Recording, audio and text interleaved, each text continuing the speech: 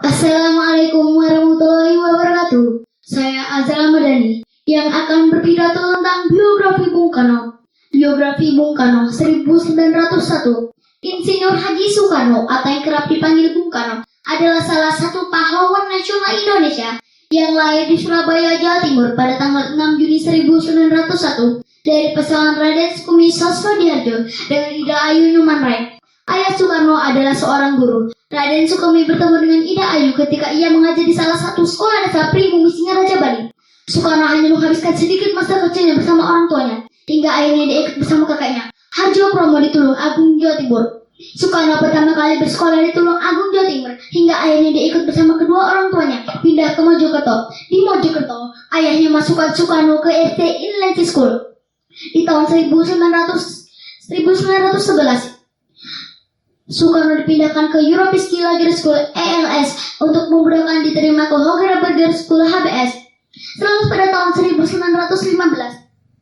Soekarno melanjutkan pendidikannya ke HBS Surabaya Timur. Di Surabaya, Soekarno banyak bertemu dengan para tokoh syarikat Islam yang kala itu dipimpin oleh Hos Jongro Aminoto yang juga memberi tumpangan ketika Soekarno tinggal di Surabaya.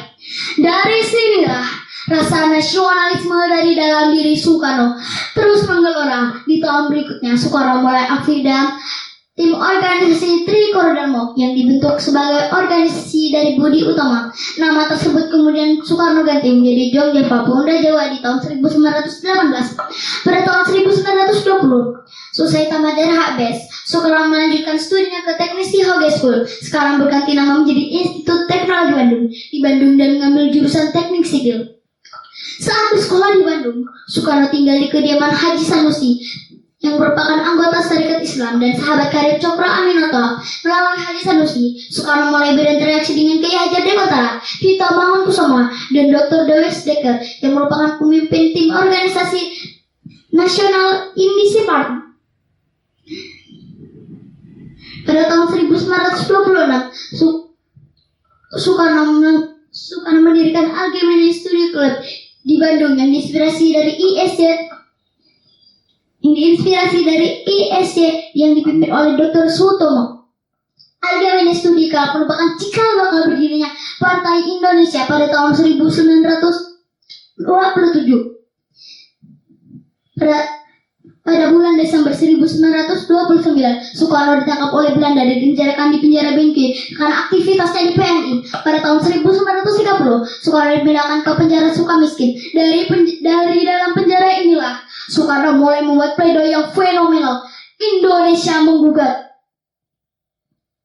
Soekarno dibebaskan pada tanggal 31 Desember 1931. Pada tahun 1932, Soekarno bergabung dengan Partai Indonesia Partido yang merupakan pecahan dari PNI. Soekarno kembali ditangkap pada bulan Agustus 1933 dan diasingkan ke Flores. Karena jauh tempat pengasingannya, Soekarno hampir dilupakan dengan para tokoh nasional lainnya.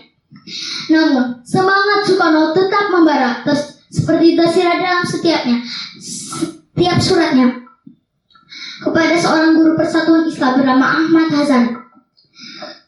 Pada tahun 1938 sampai tahun 1932, Soekarno diasingkan ke Provinsi Bengkulu. Soekarno benar-benar bebas pada saat penjajahan Jepang pada tahun 1942.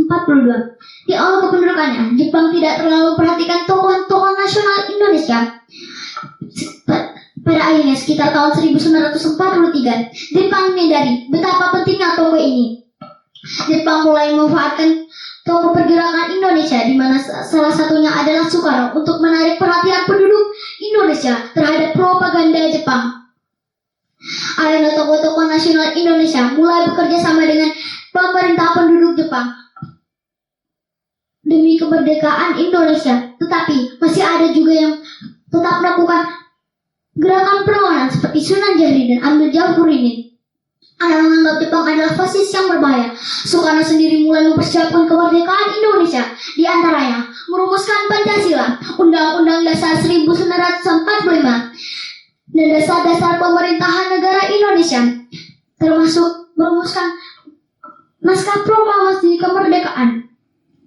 Pada bulan Agustus 1945, Soekarno diundang oleh Marsikal Terauchi yang merupakan pemimpin angkatan darat di wilayah Asia Tenggara ke dalam Vietnam. Marsikal Terauchi menyatakan bahwa sudah saatnya Indonesia merdeka dan segala urusan proklamasi kemerdekaan Indonesia adalah urusan rakyat Indonesia, adalah tanggung jawab rakyat Indonesia sendiri. Setelah menemui Marsikal Terauchi di dalam Vietnam, terjadilah peristiwa Rengas Dengklok pada tanggal 16 Agustus 1945.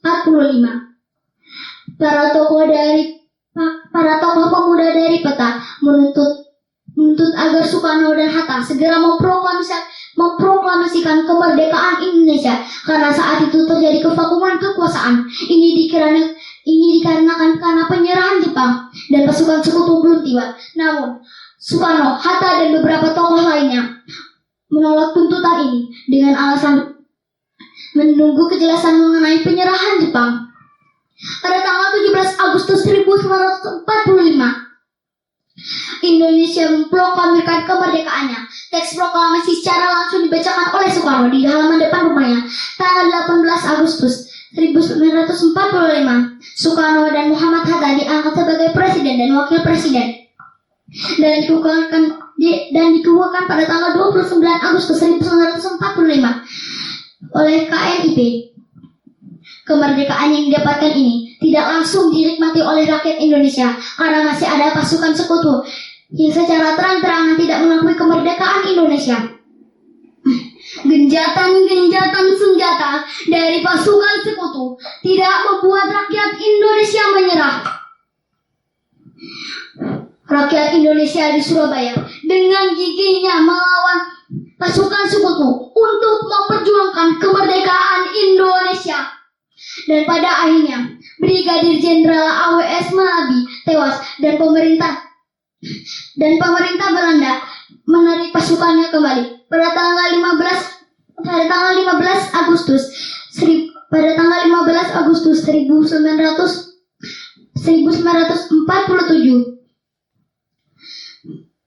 Akhirnya pemerintah Belanda memutuskan untuk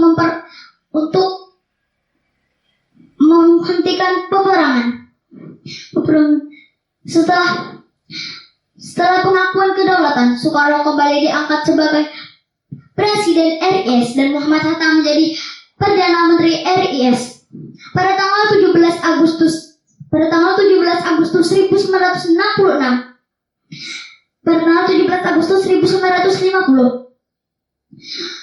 RIS berganti menjadi Republik Indonesia dan Soekarno kembali menjadi Presiden Indonesia dan Muhammad Hatta menjadi wakilnya. Pemberontakan PKI melahirkan krisis politik yang hebat di Indonesia. Masa dari kami dan KAPI memutuskan untuk mendemonstrasi yang meminta untuk membubarkan PKI. Namun sikap Soekarno yang menolak untuk membubarkan PKI melemahkan posisinya dalam politik.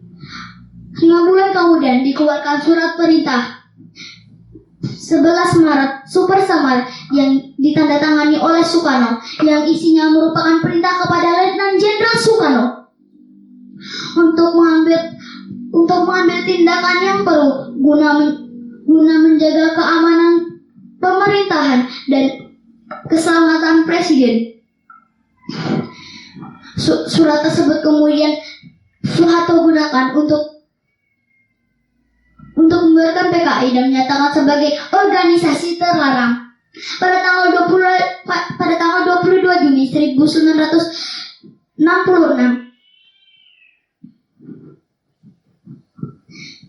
Soekarno berpidato tentang pertanggungjawabannya terhadap sikapnya mengenai peristiwa G30S. Namun pidato pertanggungjawaban tersebut ditolak oleh MPRS dan pada akhirnya pada tanggal 20 Februari 1966 Soekarno menandatangani surat penyerahan kekuasaan di Istana Merdeka hari Minggu 21 Juni 1970. Soekarno meninggal dunia di RSPAD dan Presiden Soekarno disemayamkan di Wisma Yoso dan dimakamkan di Blitar, Jawa Timur di dekat makam ibundanya Ida Ayu Nyoman Rai. Insinyur Soekarno adalah sosok pahlawan yang sejati. Dia tidak hanya diakui berjasa bagi bangsanya sendiri, tapi juga membuktikan pengabdiannya untuk kedamaian dunia. Semua sepakat bahwa Insinyur Soekarno adalah seorang manusia yang tidak biasa, yang belum tentu dilahirkan kembali pada waktu 1 abad. Insinyur Soekarno adalah bapak bangsa yang tidak akan pernah tergantikan. Sekian dari saya. Assalamualaikum warahmatullahi wabarakatuh. 9 menit. 11. 11. Kan? Oh iya jadi. Dapat